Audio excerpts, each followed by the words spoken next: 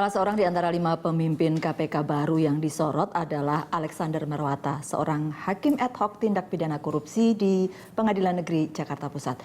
Rekam jejaknya dalam memutus perkara korupsi diwarnai dengan dissenting opinion. Mari kita simak profil singkat dari Alexander Marwata. Alexander Marwata pendidikannya adalah dari Fakultas Hukum UI, kemudian pernah menjadi Direktur Penguatan HAM di Direktorat Jenderal HAM, kemudian seperti sudah disebutkan tadi, Hakim ad hoc tipikor. Kalau kita sebut tadi ada berapa kali dissenting opinion, yang disebutkan dissenting opinion pernah disampaikan oleh Alexander Marwata adalah dalam kasus dugaan korupsi pengadaan program Siap Siar di LPP TVRI dengan terdakwa komedian Mandra. Dissenting opinion juga diberikan oleh Alexander Marwata dalam vonis terdakwa korupsi Bos Sentul City, Kwi Cahyadi Kumala. Demikian juga dalam vonis Akil Mukhtar.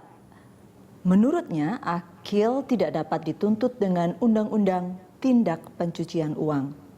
Dissenting opinion juga dalam kasus dugaan suap sengketa Pilkada Lebak. Ini terdakwanya adalah Ratu Atut Khosyah. Dissenting opinion agak unik memang disorot oleh sejumlah pihak, Bang Don, soal Pak Alexander ini. Ya, orang kan harus melihat rekam jejaknya kan.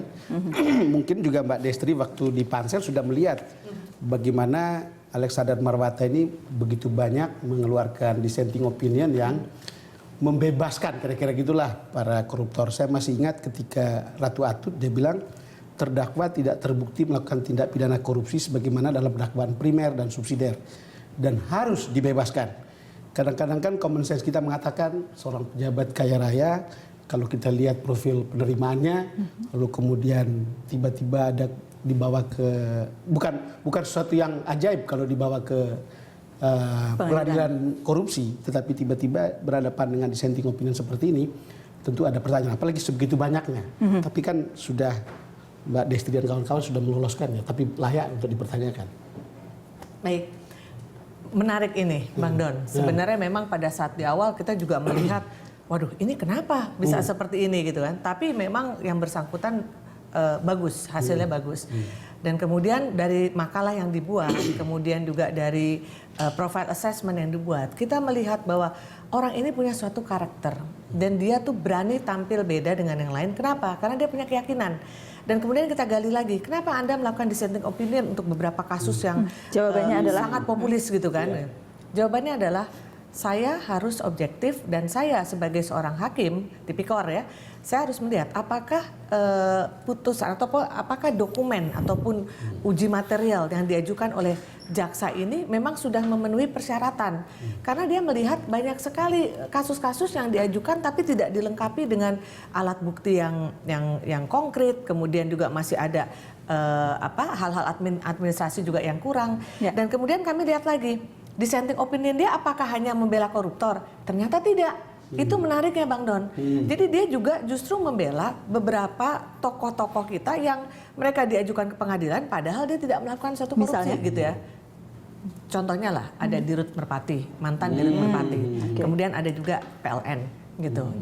Jadi hal-hal itu yang akhirnya kami melihat bahwa orang ini punya suatu karakter gitu. Dan kita butuh orang seperti ini. Pertama, supaya apalagi kalau kita kan nanti KPK itu kita harapkan jangan ada itu SP3 gitu.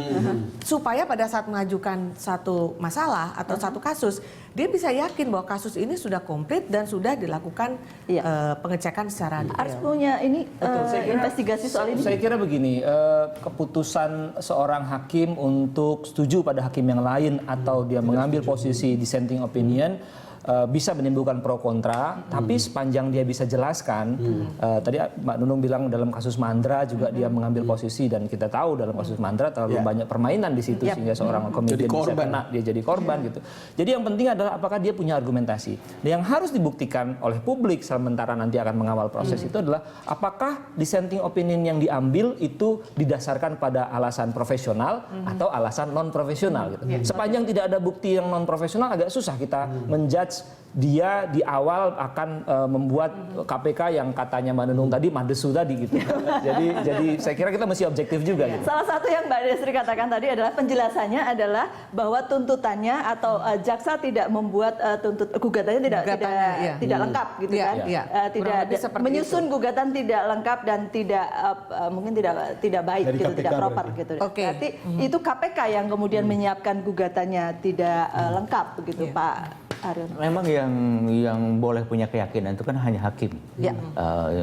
Dan begitu hakim sudah punya keyakinan, dia silahkan mengambil keputusan, mengambil sikap itu. Yang lain itu kan hanya menyiapkan bukti-bukti di persidangan, apakah itu jaksa, apakah yang penyidik segala macam.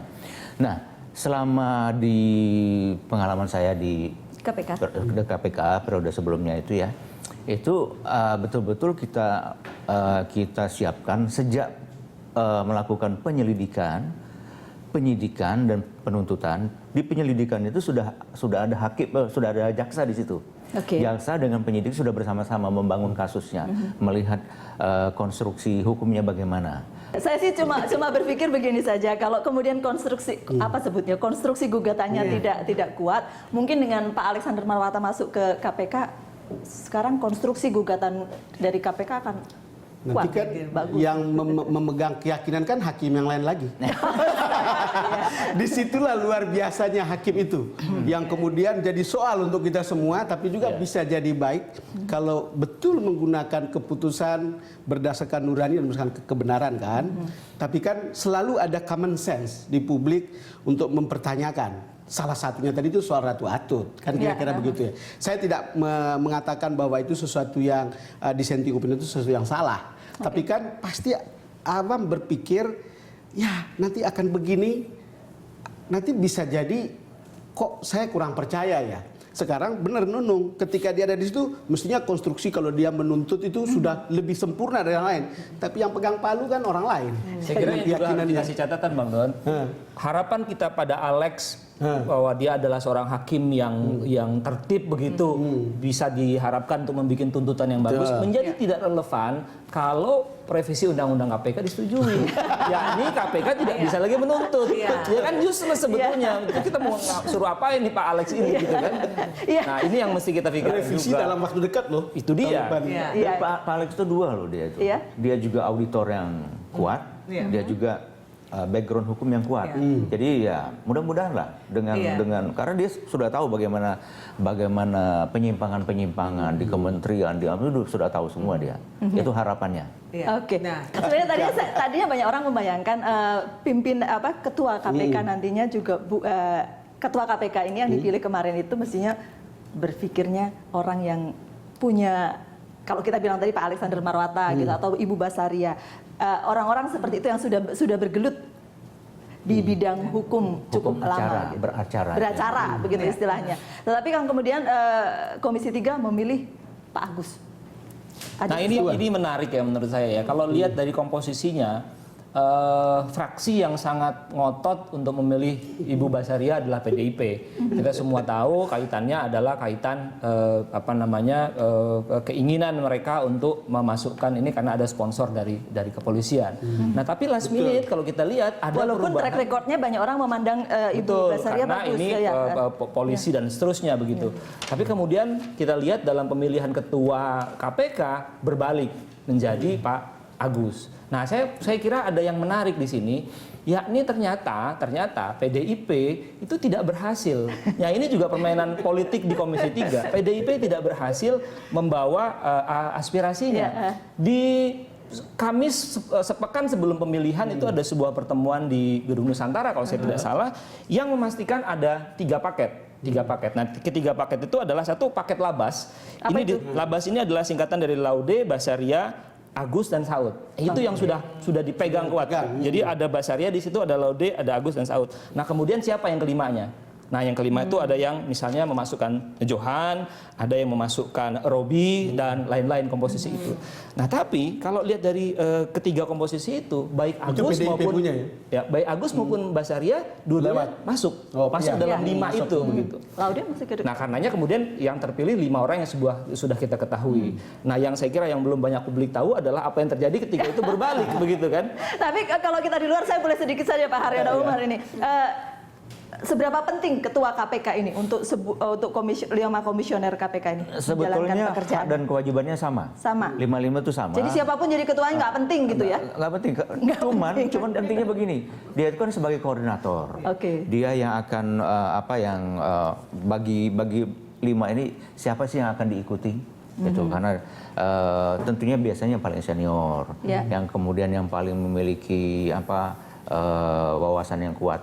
Tergantung kita umpamanya. Kalau umpamanya Yang pasti Pak Agus paling senior tampaknya. paling senior. Iya. Kalau umpamanya kita memang betul-betul ingin katakanlah penindakan yang banyak, tentunya yang ketuanya itu yang paling memahami. Contohnya waktu zamannya saya itu Pak Antasari, dia paling sudah sangat mumpuni di bidang. Jadi Pak Haryono membayangkan ini pencegahan yang akan kuat gitu ya. kita break dulu Pak. Kita akan kembali untuk Anda saat lagi.